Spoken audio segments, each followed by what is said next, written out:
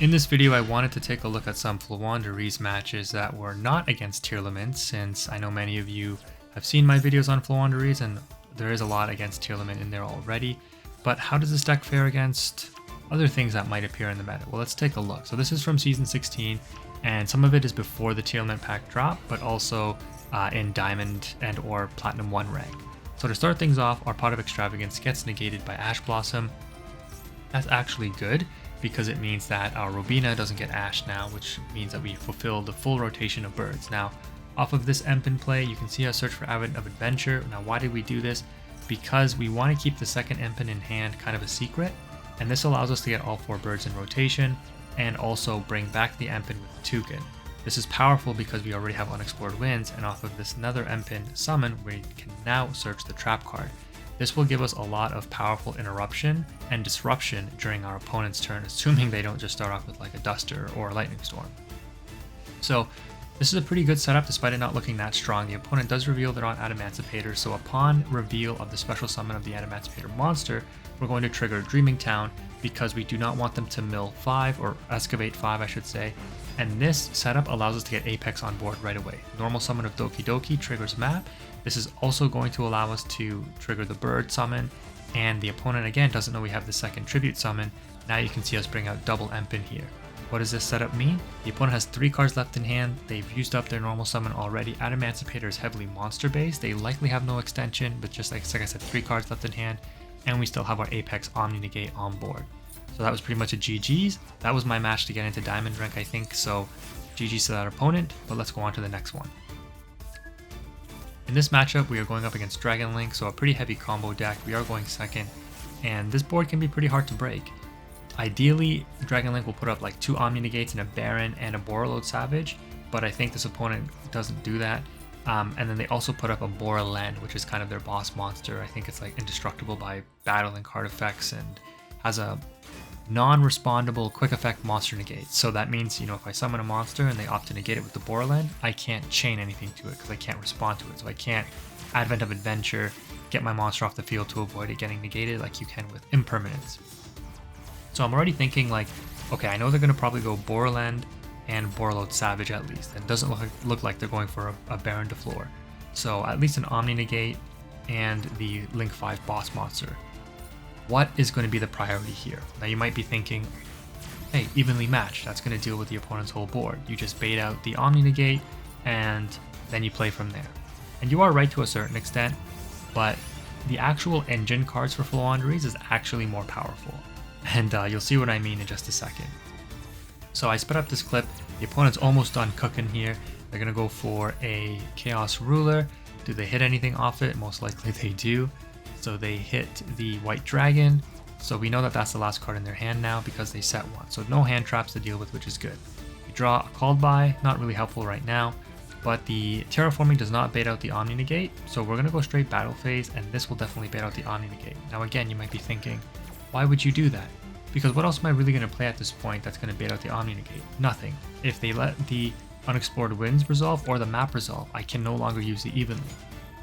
So the actual 2 continuous, or the continuous spell and the field spell, are way more powerful than Evenly in this instance if I get the Omni Negate out of the way. The opponent opts to use their Borreland monster negate on the Toucan, which is fine, and if you watch closely how I set up the chain of the Toucan and the Robina, even if the Toucan was negated, the Robina effect activates in the Banish pile, so it still resolves to come back to hand. I'm then able to normal summon the Robina for turn and get my rotation going. Eagle Search Empin summoned by using Unexplored Winds, tributing off the Borreland, so that gets around the indestructible by battle and card effect of Borreland, and we are able to get yet another Empin thanks to Advent of Adventure, which is going to be used with the Unexplored Winds to out the Borreload Savage Dragon. Now this opponent's board looks a lot more manageable. Unfortunately, we did lose our battle phase, but nothing is left on this opponent's board that is threatening to us at the moment, and we do have a lot of interruption now for our opponent's turn. We know they have the White Dragon in hand. They're going to attempt to start off by going Seyfert. We're going to negate or not even negate, we're just going to Called By the target in the Borreload. That gets it out of rotation for the entire duel. And we have map and Dreaming Town interruption. The opponent realizes there's nothing they can really do because we do have the Unexplored Winds as well to tribute off their cards, and they just scoop. So playing through a pretty good board by the opponent using Dragonlink. In this next matchup here, going second in the mirror match, the opponent reveals they are on FLOOWANDEREEZE, starting off with the best card in the Pot of Prosperity, and then terraforming for map. So you can see in this matchup here, it was before the ban list, so before Tearlament dropped, because we do have 2 map. But the opponent has everything they need. They've got 2 birds in the banished pile for chain blocking. They started off with the Pot of Prosperity. They ended up getting map of terraforming, and they had the gold Sark, and they have the Eaglin for map. So this is like the ideal start for FLOOWANDEREEZE. Are we going to be able to play through this? You might be thinking, well, you have Eaglin and map too, so you should be good. Yeah, you're right. And going second, the Dark Ruler Evenly combo is like, especially before the Tearlament pack dropped, I loved this variation of FLOOWANDEREEZE. It devastated Sprite, it devastated like pretty much every deck, because there wasn't very many dynamic interruptions, and FLOOWANDEREEZE is definitely a deck that does have dynamic interruptions. The opponent also revealed that they have the Pot of Duality, and then they got a Cosmic Cyclone off of that.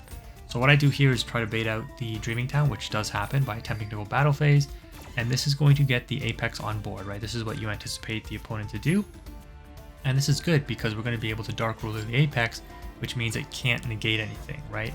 So yeah, sure enough, they do go for the Apex play, and we know that they have birds left in hand. We're now going to Dark Ruler, and we anticipate that they set the Cosmic Cyclone, but they're smart and they set the Advent of Adventure. This allows them to play around evenly, because now the Advent searches for map, which when it was at 2, so they can banish the map on field knowing they have another map in hand.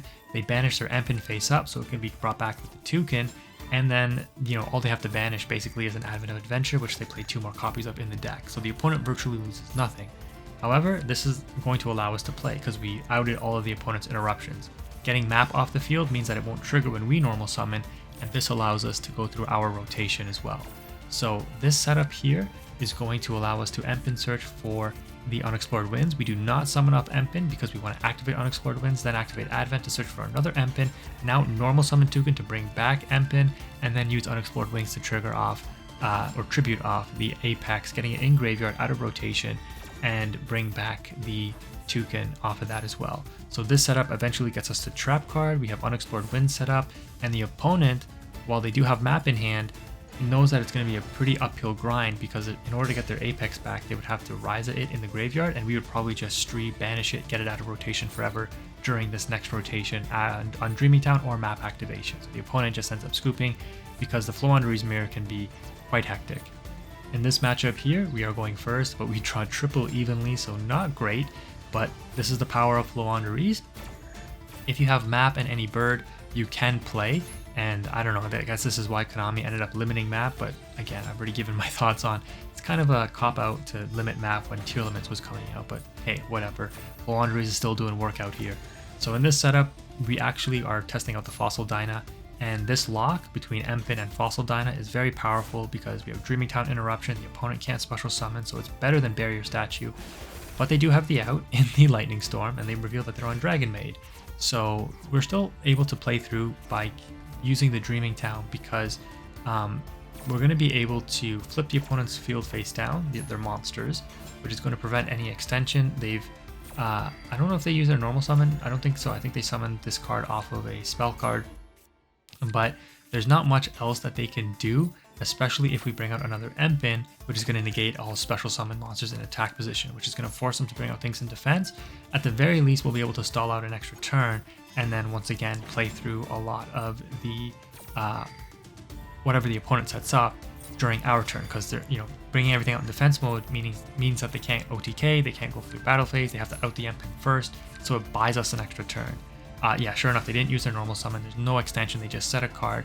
Now at this point, with the Unexplored Winds, once again, it's going to put in a lot of work. We just go for draw 2, which is kind of meaningless, but it's fine. Summon the Eaglin, and I think we're going to end up searching the Riser that we put back, or an Apex maybe to use Unexplored Winds and tribute off. Yeah, Apex to use Unexplored Winds. So sure enough, we do that.